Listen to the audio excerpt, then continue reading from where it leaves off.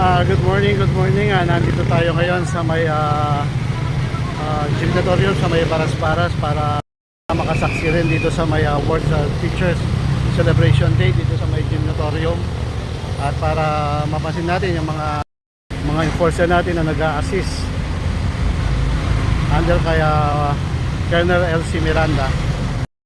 Ayan, kung mapapansin nyo po, si Colonel Miranda isa po sa mga nag-a-assist dito at nagmamando sa mga motorista po natin para ma-disseminate po yung pag-park po ng mga sasakyan dito po sa may gymnatorium, Barangay Baras-Baras.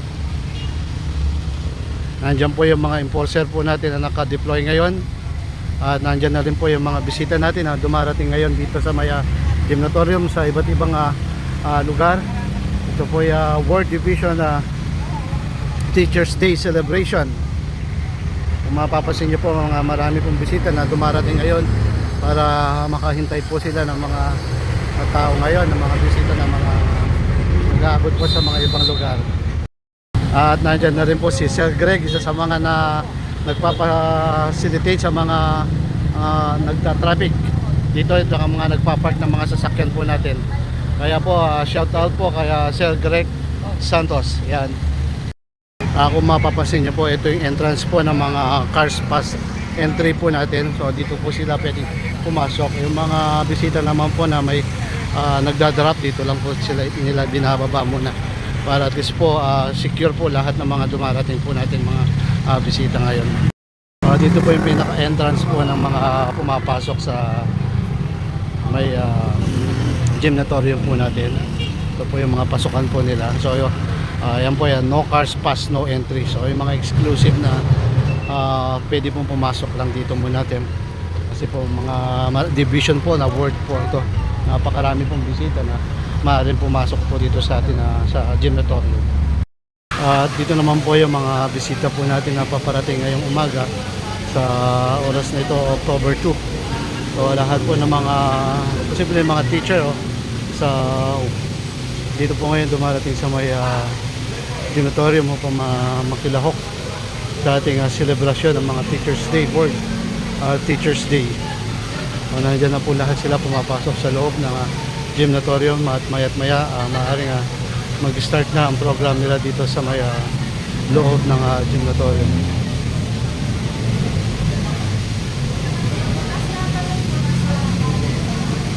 Ayan, unti-unti na po dumarami yung mga guro dito at papasok. August October 2 po ngayon, naganap ng oras sa alas 9:30.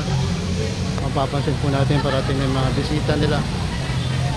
Ito po yung World Teachers Day Celebration. Ayan po, isa na rin na dumating na bisita natin, si Doc Consi PJ Basangan. Ayan po, kararating lang po nila, mga VIP. Ayan po, isa po sa mga naging bisita ngayon. Kasama po siya ngayon dito, si Consi PJ Basangan. Magandang umaga po sa inyo. Nandito po kami ngayon sa Baras-Baras. Sinaselebrate po yung Teachers Day. Magandang umaga po sa inyo. God bless po. Yan po, salamat po. Ngayon po si Consi PJ Basangan, isa po sa nagbigay ng konting paunlak sa Consi PJ Basangan na nagbigay konting paunlak sa atin. Kaya unti-unti na po nga paparating. Nandiyan rin po yung mga PNP Police SWAT po natin na umaantabay dito sa aktibidad dito po sa may gymnatorium.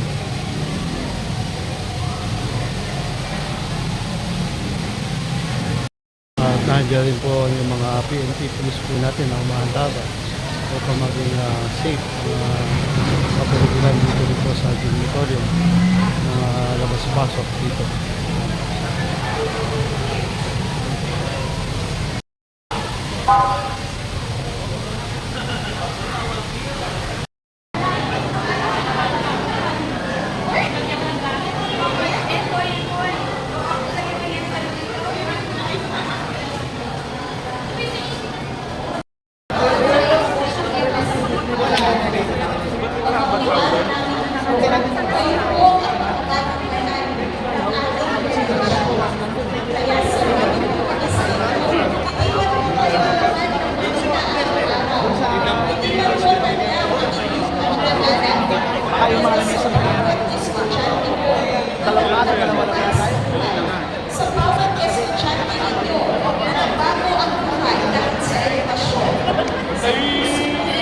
Gin.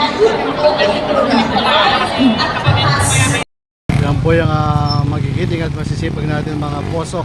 Yung poso kahit sa kainita ng araw, nandiyan pa rin po sila umaantabay sa ating mga dumarating na mga VIP.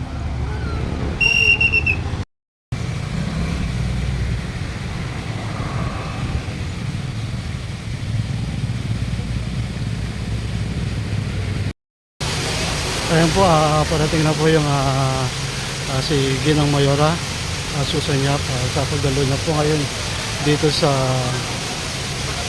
ganapan dito sa Gymnatorium sa oras po nito.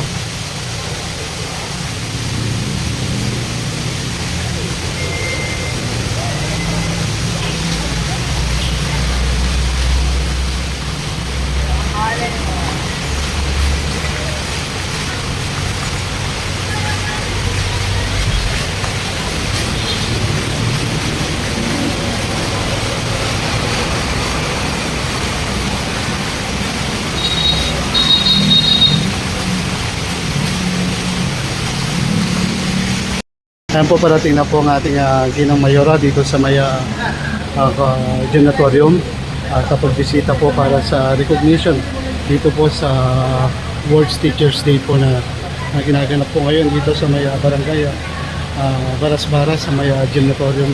Sa oras po ito, oras po pasado mag-alas 11:30 na ng tanghali, October 2. Matutungayan po natin na magbibigay po na at magbibigay po ng mensahe muli ang ating mahal na Mayora na si Susan Yap na nandito po ngayon at ating pong mapapansin ang ating Ginang Mayora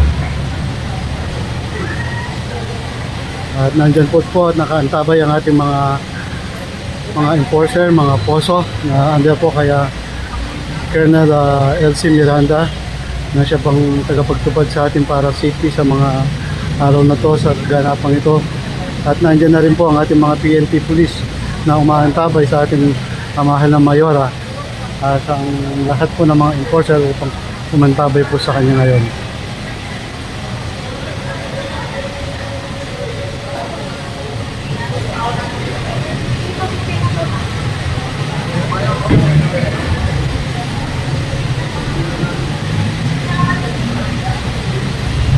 Kasalukuyan nag-uusap po sila ni Colonel Elsie Miranda. May programa natin ngayon. Ayun na, at nakapasok na ang ating Ginang Mayora dito sa may Gymnatorium. Maya't maya makakapagbigay na siya ng mensahe sa mga kagurungan dito sa may sa loob ng Gymnatorium.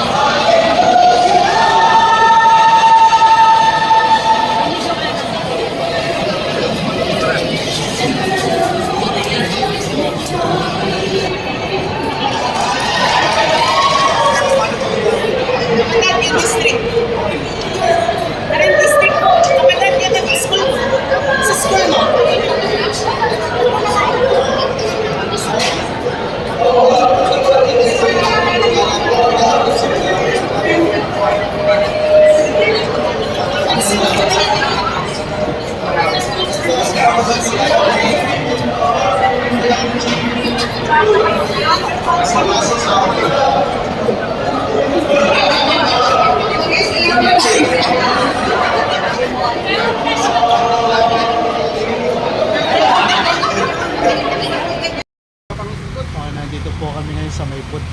Kakatapos lang po namin nag-lunch. Nandito po lahat ng mga matabay na mga masisipag na poso. Yan sila Sir Takusalme, Sir Greg One Way, si Sir Ner, si Sir Malyari, si Sir Greg, at si Sir Pakada. Ayan, sila po yung mga masisipag natin enforcer na nandito. gabay sa mga motorista na nagdodong park. At sila po ang nagparusa sa akin kanina. Teacher 2 from Tarlac West Central Elementary School to be accompanied by Dr. Alvin T. Yalong, PSDF of Tarlac West A.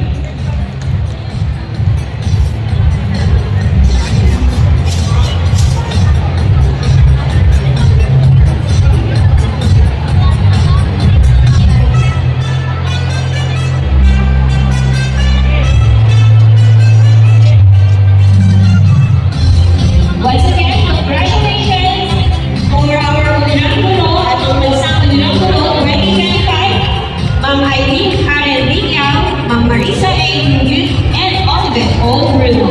Let's have them to 1-3, our top 3. Unangulo for 2025, please join our city mayor po for the photo opportunity. Yes, brief the public schools district supervisor, sir.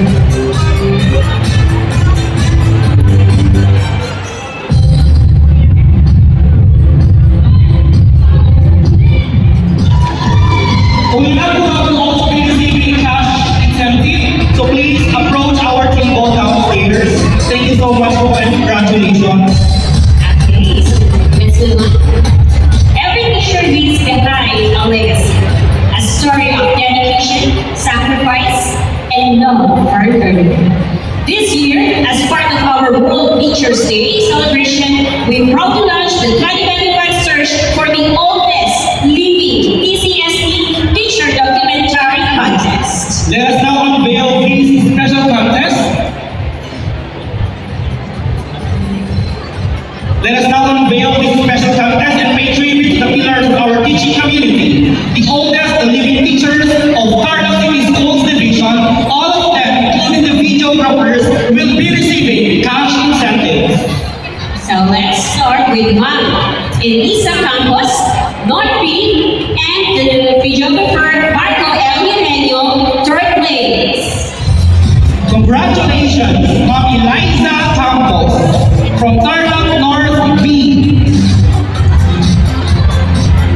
And the name of the videographer is Sir Marco L. Eugenio, to be accompanied by their PSDS, Dr. Johanna Timbol de Jesus.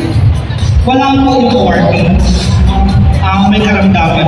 Puso naman, puso ang isa. Yung mga awardees po namin na wala po today, kung sino po nakakakilala kay Sir Payang, yung kanina 40 years in the service, pag-inform na lang po yung kanyang cash incentive, i-claim na lang daw po yung sa Treasury Office ng City Hall. Now may we call on Mr. George Lupa from South A District and the videographers Mr. Aaron Renz Elbanda and Carmelo O. Baterina, second place. To be accompanied by the PSDS of Tarlac South A, Dr. Ruby Alex T. Pineda.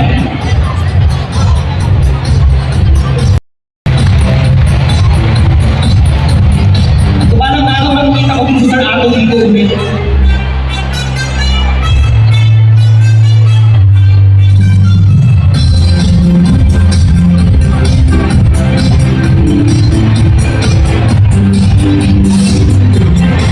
And